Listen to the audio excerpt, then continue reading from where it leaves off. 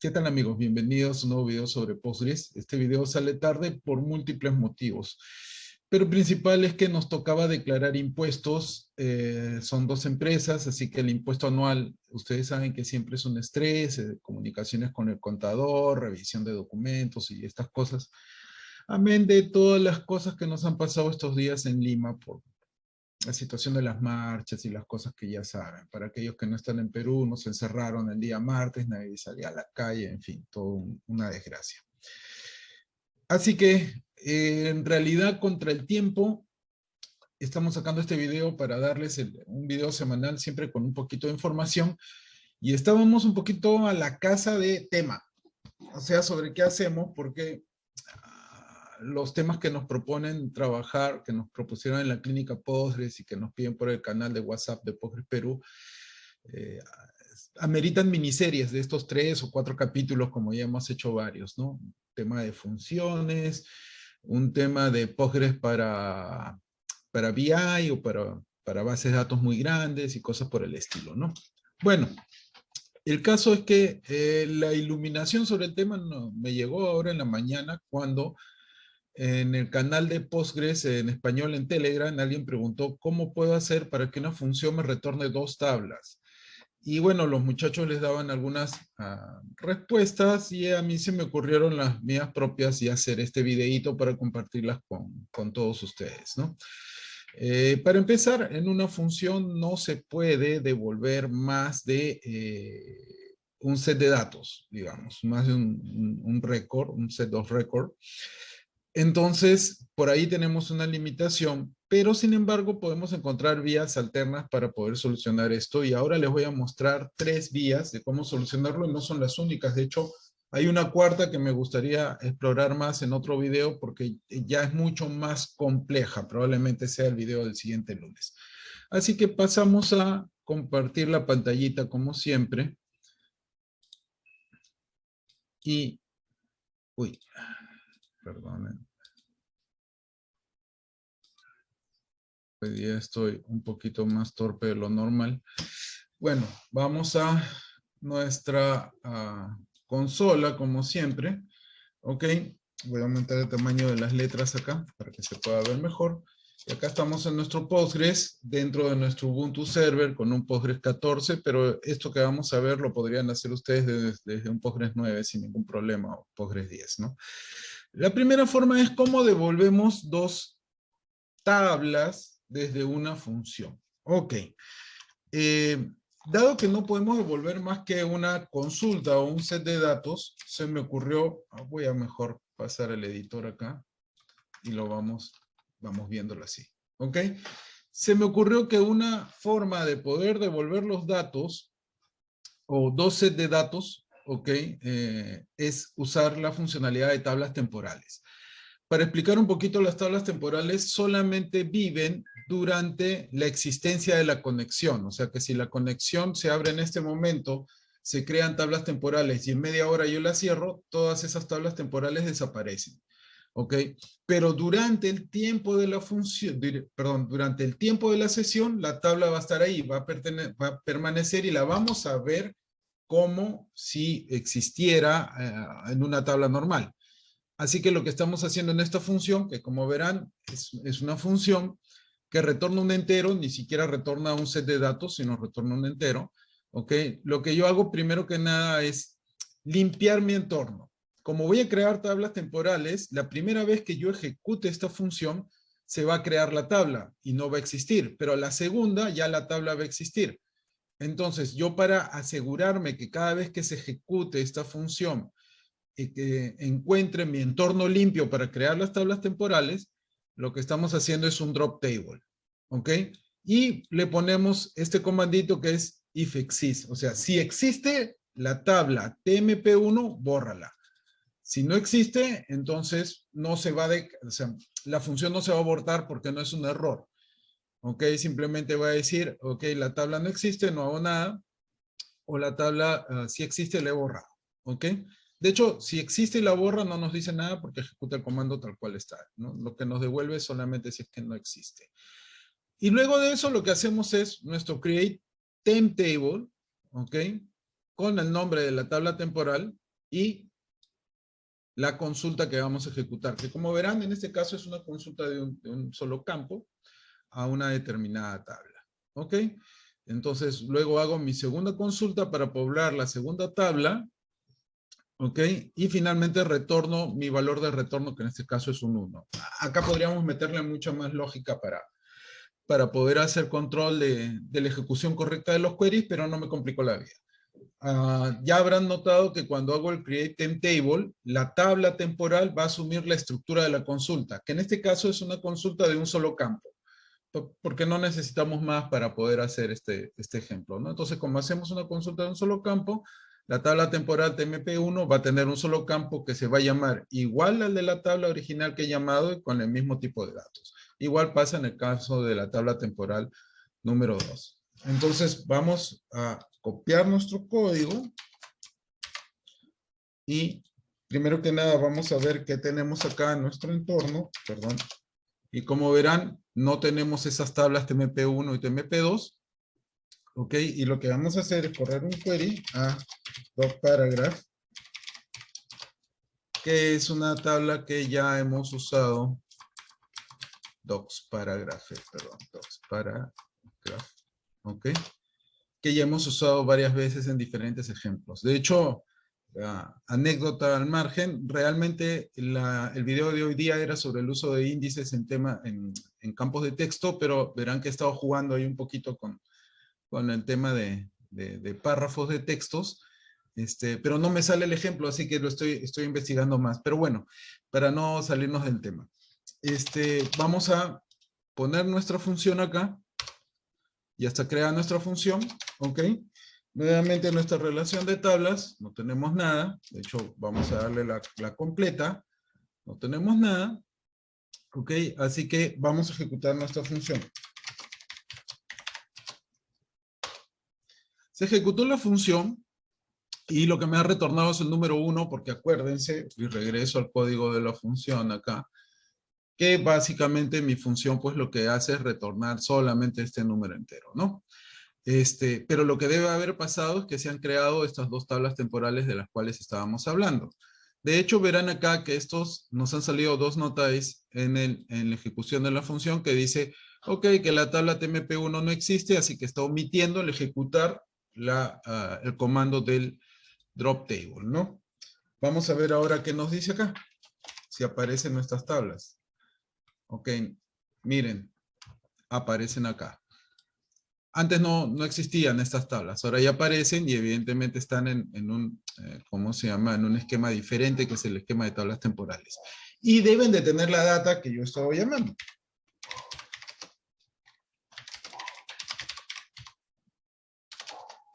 TMP1 solamente hacía, vamos acá, hacía una consulta a un campo que se llama par serial, que lo que tiene son números seriales, y acá está.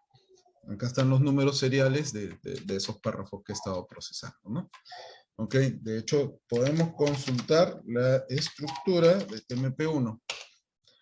Es un solo campo de tipo Begin. Ahora, tenemos también TEM2. Acá está TEM2. Son unos MD5 de párrafos. Ok, y esto está guardado en un varchar, si mal no me equivoco. Si vamos a la descripción de la tabla temporal 2, verán que está ahí un varchar de 256. Así que hemos ejecutado una función que me ha devuelto dos tablas como consulta, pero en tablas temporales. Ahora, nuevamente, esta tabla, luego ustedes, de que ejecuten la consulta, ya pueden hacer el select para extraerlos, o perdón, cuando ejecuten la función, ya pueden hacer el query, el select, o la consulta, como quieran llamarlo, para poder llamar a estas tablas temporales que han guardado la información. Pero cuando ustedes cierren la conexión, que es lo que voy a hacer ahorita, me voy a salir del PSQL y voy a volver a entrar. Primero que nada se van a dar cuenta que ya no están TMP1 y TMP2. ¿Qué es lo que yo les decía? Estas tablas temporales solamente van a vivir durante el tiempo en que mi sesión esté abierta. Si quiero regenerar el resultado, lo vuelvo a correr y ahora ya tengo mi tabla, ¿no? Si lo vuelvo a correr por una segunda vez, porque le paso parámetros y hago otros queries y cosas adentro, ya no me sale el mensaje de que está omitiendo el drop table, porque en este momento sí ya lo encontró, lo dropea y después lo crea con la consulta para poder mostrar los datos, ¿no?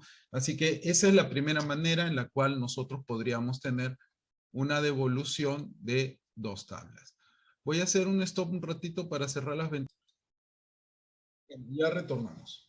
Ok, entonces así devolvemos o obtenemos el resultado de dos sets de datos a partir de correr una sola función. La segunda alternativa. La segunda alternativa es básicamente una introducción para la tercera. Y es, vamos a retornar una cadena de texto muy grande. Y acá con ciertas limitaciones, en el sentido que la cadena va a ser tan grande como dos elementos. Lo que nosotros le digamos a Postgres que puede devolver y lo que el lenguaje de programación en la forma con la cual se conecta a la base de datos permite. Evidentemente no es para retornar millones de registros, ¿ok? Esto es a lo mejor para retornar unos cuantos cientos de registros de estructuras muy simples, pero de tal manera de que nosotros podamos tener los dos resultados, reconocerlos. Pero como los vamos a recibir como una cadena de texto, luego lo que a nosotros nos va a tocar es hacer desde nuestro lenguaje de programación una pequeña función que lo que permita es cortar esa información, o sea, hacer un, ¿cómo se llama? Hacer un parseo de esa cadena de texto, ¿ok? Así que básicamente a diferencia de la otra alternativa, lo que nosotros vamos a hacer acá es, creamos una variable que va a ser del tipo text, que en este caso lo voy a llamar retorno, y tenemos una variable que se llama fila, que es un record, o sea, una estructura de una consulta. ¿Ok? Vamos a abrir nuestra cadena con un carácter que nos va a indicar acá está entrando o acá empieza una tabla. ¿Ok? No un registro, sino una tabla. En este caso yo voy a decir la tabla empieza con un corchete. ¿Ok? Hago mi consulta a la tabla. ¿Ok? Evidentemente cada registro se va a hacer un loop por cada registro que se va a guardar en la variable fila, que es del tipo record. Y lo que voy a hacer es ese valor que me está devolviendo, que en este caso serial, par serial es un entero grande, lo estoy transformando a texto, lo voy a ir concatenando en mi variable. Entonces, voy a comenzar a hacer una variable con todos los valores que estoy retornando en mi consulta.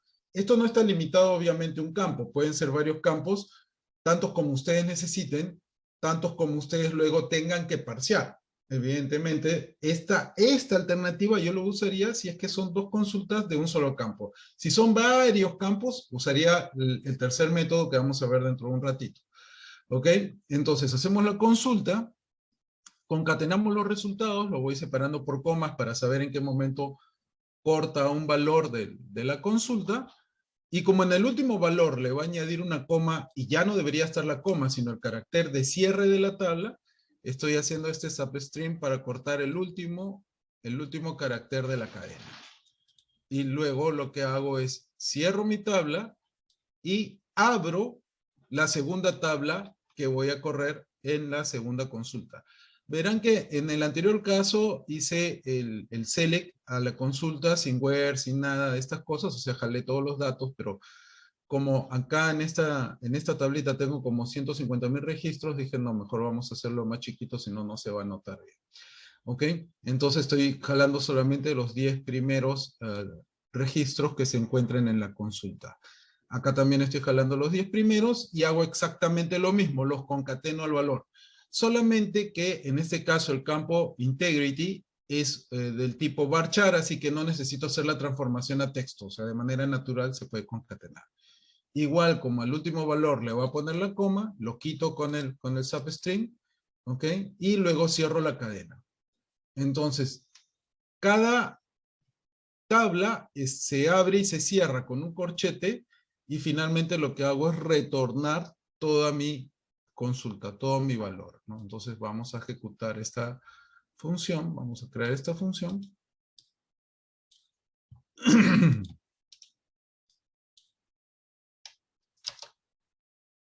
Y vamos a ejecutarla. Acá tenemos un retorno que básicamente es una cadena de texto. Acá está la primera tabla y acá está la segunda tabla. ¿Ok? Pero todo lo estamos viendo como texto y el lenguaje de programación lo va a recibir como una cadena de texto.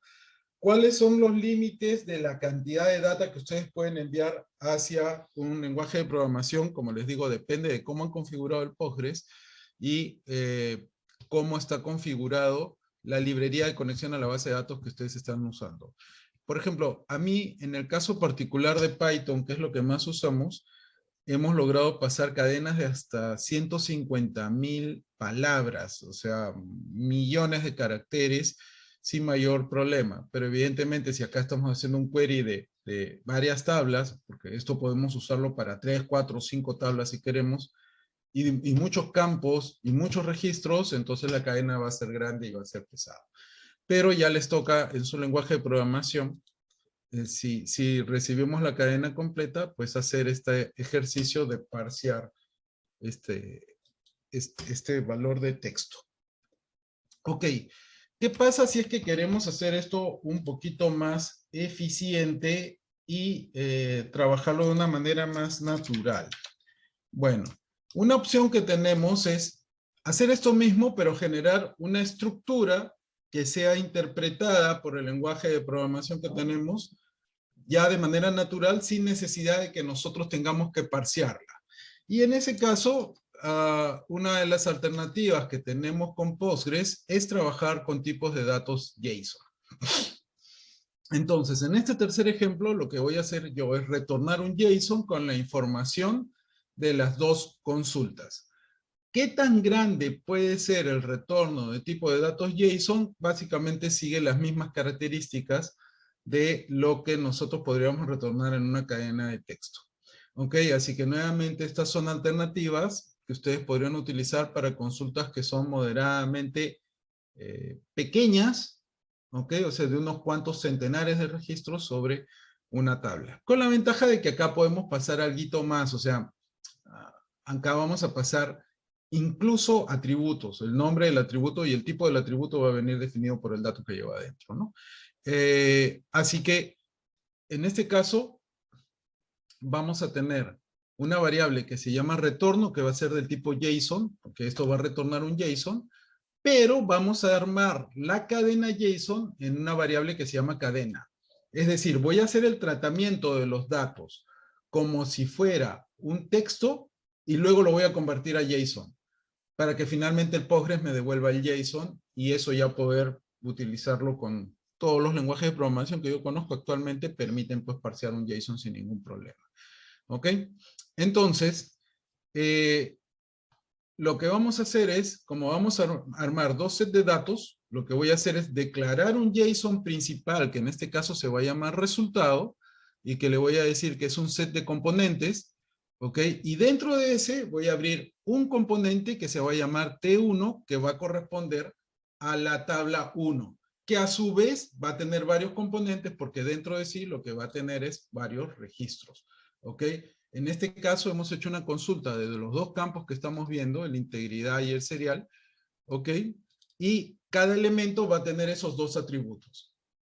Estamos pidiendo los 10 primeros registros, así que de los 10 primeros registros yo voy a tener 10 elementos con el atributo integridad y con el atributo serial. Y como verán, acá lo comienzo a armar, y lo comienzo a armar como si fuera una cadena cualquiera, una cadena convencional, ¿no?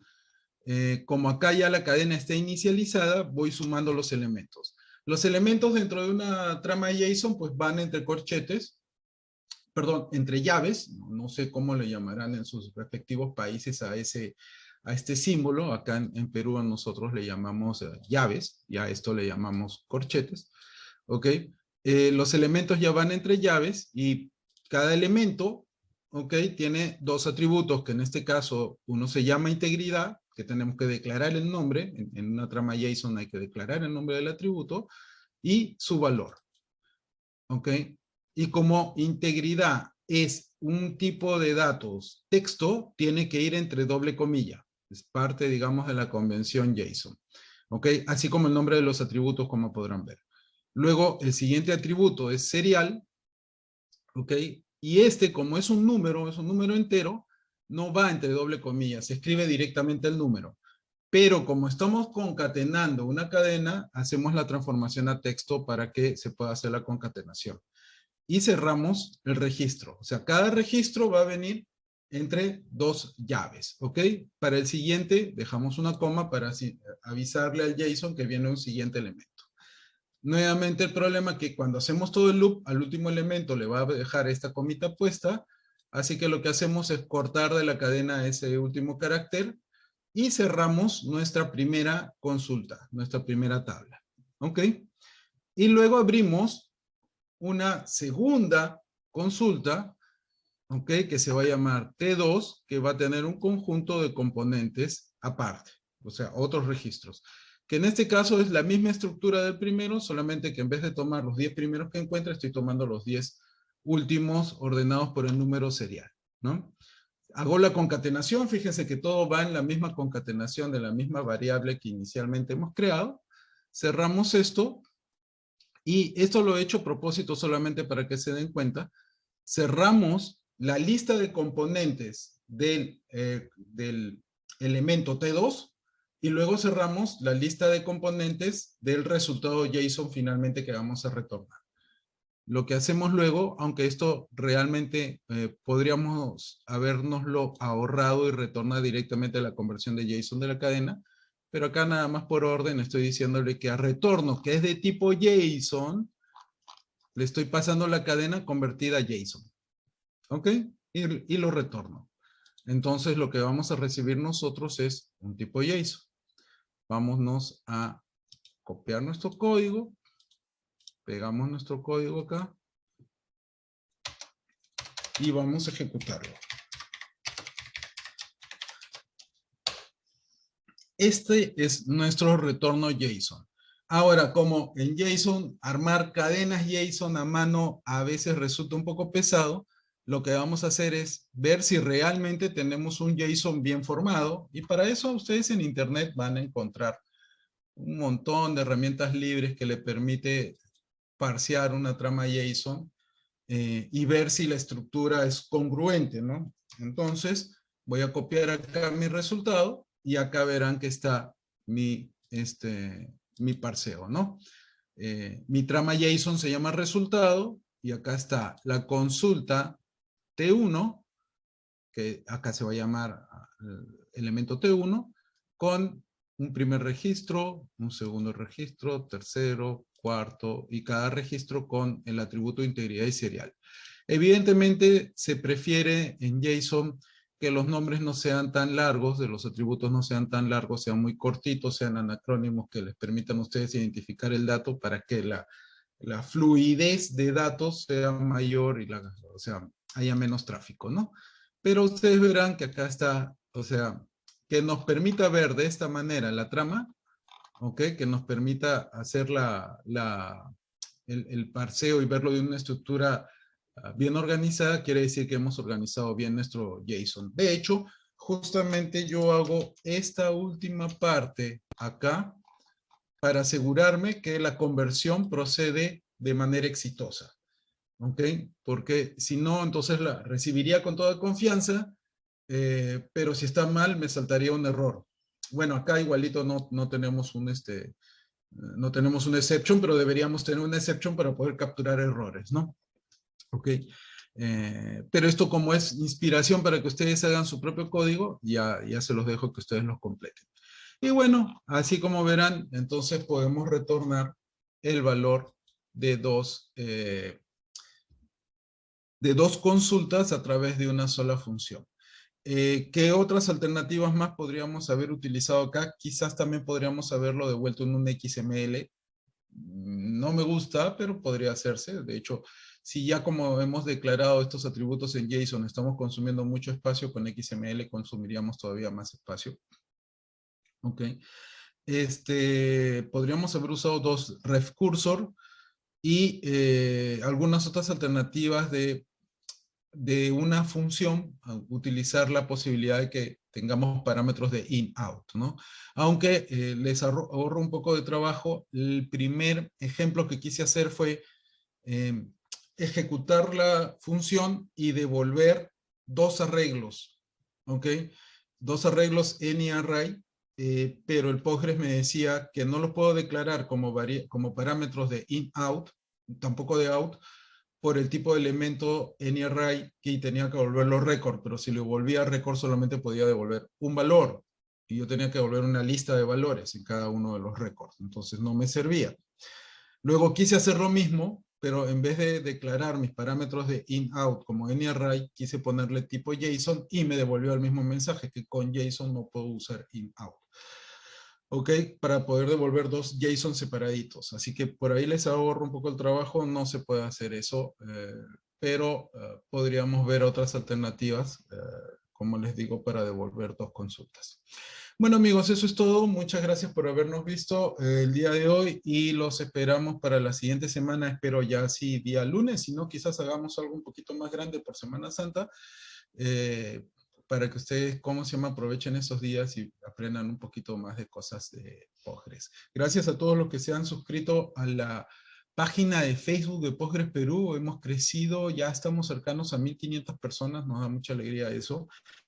Los que se suscriben al canal también, hemos alcanzado ya creo 165 suscriptores. Claro, si me comparan contra otros canales que tienen miles de suscriptores o millones, evidentemente todavía son muy chiquitos, pero son 165 fieles al elefantito, ¿no? Y nada, nos vemos la próxima semana. Un abrazo y que pasen un buen día. Adiós.